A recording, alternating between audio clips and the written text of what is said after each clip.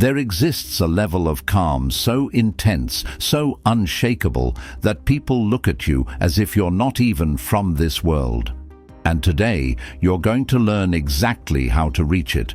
You've seen that one person who never loses control. The one who stays composed while everyone else is falling apart. When chaos breaks loose, they simply inhale, think clearly, and fix the problem. While others stumble through an important presentation, they speak as casually as if they're talking to a friend. In heated arguments, they don't react. They respond with a chilling sense of calm. And people always ask, how does this person stay so unbelievably zen? The answer traces back to an ancient system created by one of the greatest samurai who ever lived, Miyamoto Musashi. He called it Gorin no Sho, the Book of Five Rings. But this isn't just a military text. It's a blueprint for turning your mind into an unbreakable fortress. Master this system and apply it to your daily life, and stressful situations will never shake you the same way again. But here's the twist. This isn't about relaxing or being superficially zen. It's about something far deeper. It's about becoming unmovable, unbothered, and completely unshakable from the inside out. Before we dive in, make sure to subscribe, like this video, and drop a comment sharing a moment when you wish you had stayed calmer under pressure. Your support helps this channel reach more people, and your feedback helps me keep improving the content. All right, back to the video. Chapter 1, The Mind That Never Moves. The story you're about to hear belongs to a man named John, an accomplished executive with 2 MBAs and an impressive career. But behind all that success was a hidden flaw. Whenever real pressure hit, John fell apart. Boardroom presentation? His voice trembled. High-stakes negotiation? His mind went blank. Team conflict? He exploded emotionally. The pattern repeated every time. Calm in normal situations. Anxiety rising at the first sign of pressure, total collapse when the moment truly mattered, followed by hours of self-loathing for losing control yet again. John tried everything, breathing exercises, mindfulness apps, even therapy, but nothing changed because he was fighting the wrong battle. He was trying to control his emotions instead of becoming the type of person who simply doesn't get shaken. Then one day, everything shifted. He discovered the secret behind why Miyamoto Musashi, the greatest samurai in history, never lost a single one of his 60 duels. And it had nothing to do with sword skills. It was something deeper, something far more powerful, and in a way, far more terrifying. Chapter 2, The Secret of the Immortal Warrior. Musashi once wrote a line that completely reshaped John's understanding of control. The mind should be like water. Calm water reflects everything with perfect clarity. Disturbed water reflects nothing at all. But here's what most people misunderstand about this metaphor. Musashi wasn't telling you to be zen or relaxed. He was pointing to something far more formidable, a state he called Heijoshin, the immovable mind. In Musashi's world, duels ended in seconds. No second chances, no timeouts, no moment to pause and breathe. It was life or death, measured in fractions of a heartbeat. And in 60 duels, Musashi never once lost his composure. He had discovered a truth most people never see. Pressure isn't something that happens to you. Pressure is something your mind manufactures. When you feel under pressure, your ancient survival brain thinks you're facing death. It floods your body with cortisol and adrenaline. Your heart races, your mind fogs, your hands shake. You're not reacting to reality. You're reacting to what your primitive mind believes is happening. Chapter 3, The Illusion of Pressure. John learned the truth in the most brutal way possible.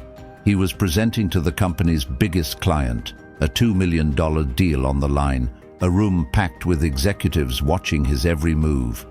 And the moment he began speaking, his mind locked up. But here's the truth. It wasn't the presentation that crushed him. It was his interpretation of the presentation. The mental movie he had created long before he walked into the room. If I mess this up, I'll get fired. Everyone will see I'm not good enough.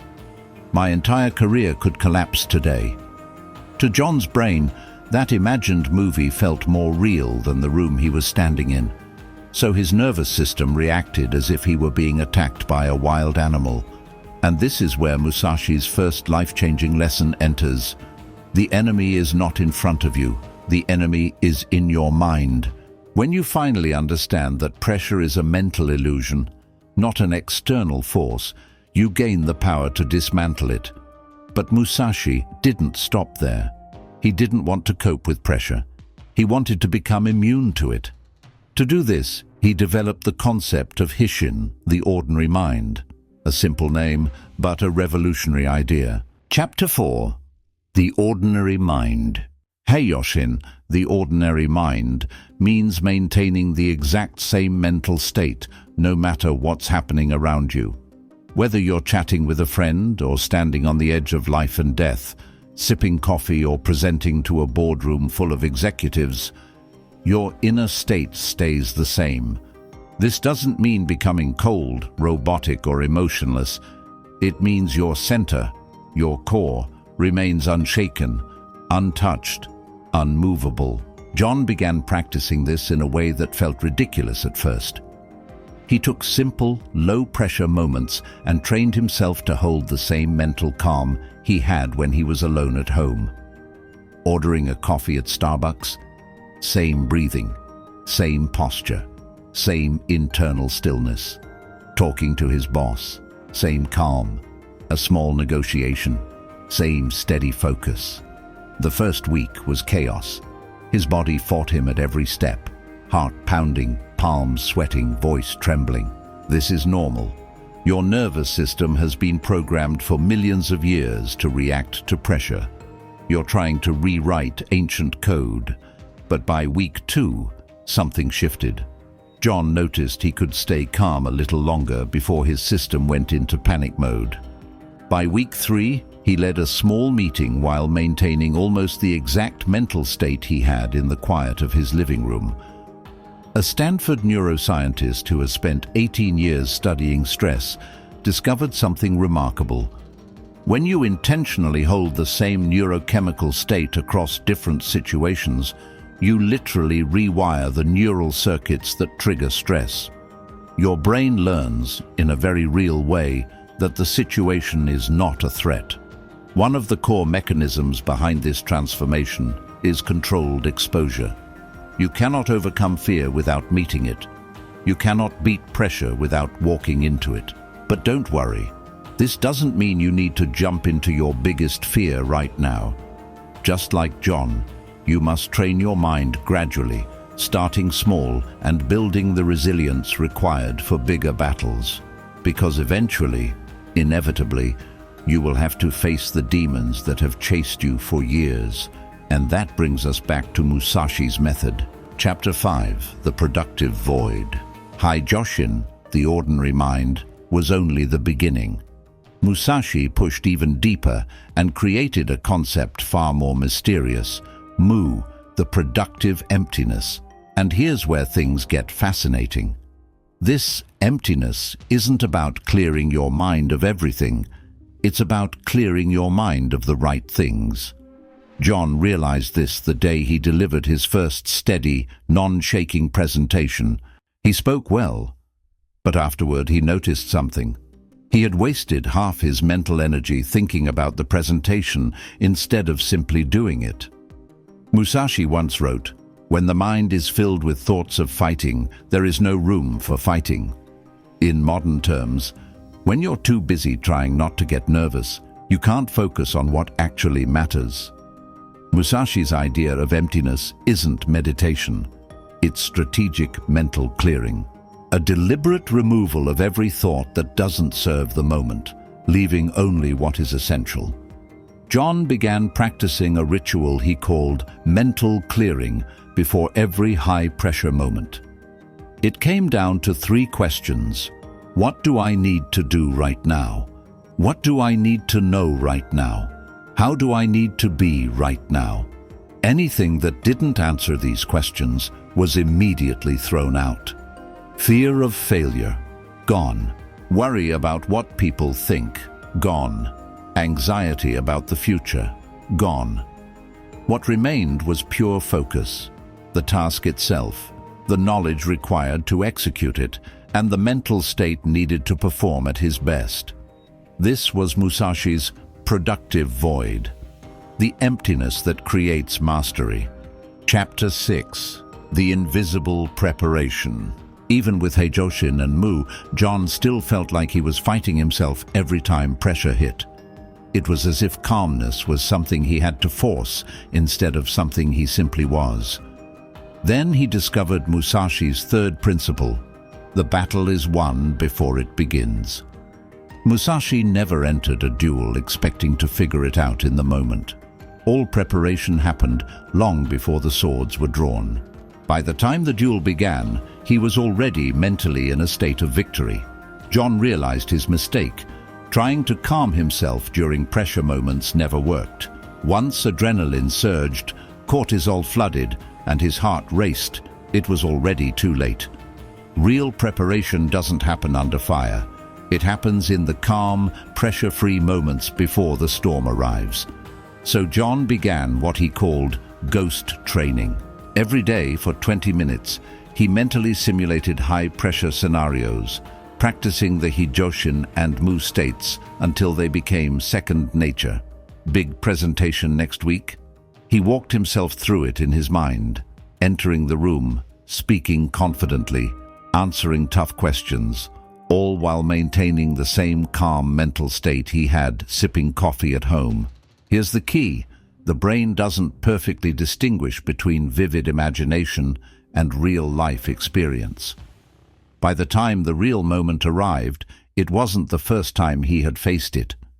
Mentally, he had already lived it hundreds of times.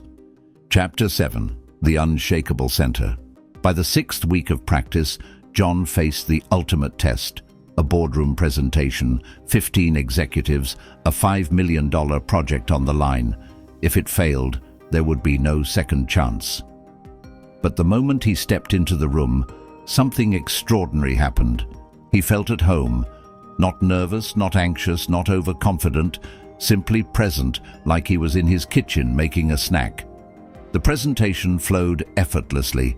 Tough questions came, and he answered them as naturally as he would comment on the weather. Aggressive challenges, handled with casual ease, as if it were a friendly conversation. At the end, one of the directors said something that changed everything. "John, you're calm. It's intimidating. Not impressive, not admirable. Intimidating, because true serenity has a strange power. It makes others uncomfortable. Most people are so used to their own mental chaos that when they witness someone genuinely unshakable, it mirrors their own inner turmoil back at them. Their unrest becomes visible, their anxiety reflected in the presence of your calm." And in that moment, John understood the real power of Musashi's system. It's not about looking composed. It's about becoming the unshakable center that transforms not only yourself, but the energy of everyone around you. Chapter 8. The Secret Weapon. Musashi understood something most people never will. Calm is not passivity. Calm is power. When you refuse to react emotionally to provocation, pressure, or attacks, you force others to reveal themselves first. Their strategies, weaknesses, fears, all become visible. In negotiations, this is devastating. The other party grows desperate for a reaction. They overreach, reveal information they shouldn't, and make mistakes they would never make in front of someone visibly rattled.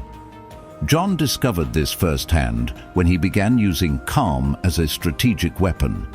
A client tried to pressure him. Instead of reacting, John simply listened. No agreement, no argument, just steady, unshakable presence. The pressure they tried to exert, it bounced back, like pushing against a wall. Every ounce of force returned to the one applying it. 3 months later, John was known throughout the company as the man who never loses his composure. 6 months later, he was promoted. A year later, he was running the company's most important division, not because he was smarter than everyone else, but because he had become unshakable. Chapter 9. The Complete System. The Gorin no-Sho system that John mastered is built on 5 elements, each developed by Musashi himself. Earth, Heijoshin, the ordinary mind. Always maintain the same mental state, no matter the situation. Water, Mu. Productive emptiness. Clear your mind of everything unnecessary. Fire, Ghost preparation. Mental training before the real battle. Wind, reading the environment. Observe without reacting emotionally. Emptiness, the Unshakable Center. An identity that cannot be moved. Each element builds on the last. You cannot skip steps. You don't reach the void without mastering the ordinary mind. You cannot develop an unshakable center without first clearing your mental clutter. It took John 6 months to fully integrate all 5 elements. But once he did, the transformation was undeniable. Colleagues sought his advice on handling pressure. Bosses trusted him with the toughest assignments, knowing he would never break. Clients treated him with a respect he had never experienced before. A Harvard behavioral psychologist who has studied leadership under pressure for 15 years explains why people who maintain genuine calm under stress emit neurological signals that others instinctively read as authority and trustworthiness. It's primal. We naturally follow those who remain steady in chaos. The Gorin no-Sho system doesn't just make you more relaxed, it makes you different. Someone others look at and think, how can they stay so calm? When you master the 5 rings, ordinary mind, productive emptiness, ghost preparation, non-reactionary observation, and the unshakable center, you're no longer just managing pressure. You become immune to it. And then you discover what Musashi understood 400 years ago. Real power doesn't come from reacting to pressure. It comes from being so centered that pressure simply slides off you. The question is, do you want this level of serenity? Because it's not about relaxation techniques. It's about death and rebirth. The death of your reactive self and the birth of your unshakable self. The Gorin no-Sho system won't teach you to handle pressure. It will turn you into someone who has no control over pressure because it can no longer touch you. When you reach that point, when people begin saying your calm is intimidating, you'll know you've finally understood Musashi's immortal secret. Serenity is not a state of mind, it's a way of being. If you enjoyed this video, make sure to subscribe and hit the bell to never miss future content. Drop a comment below. What pressure situation do you most want to master using the Gorin no-Sho system? Remember, the calm that intimidates others is the only calm worth having. If you've watched this far, thank you for your attention. I'll see you in the next video.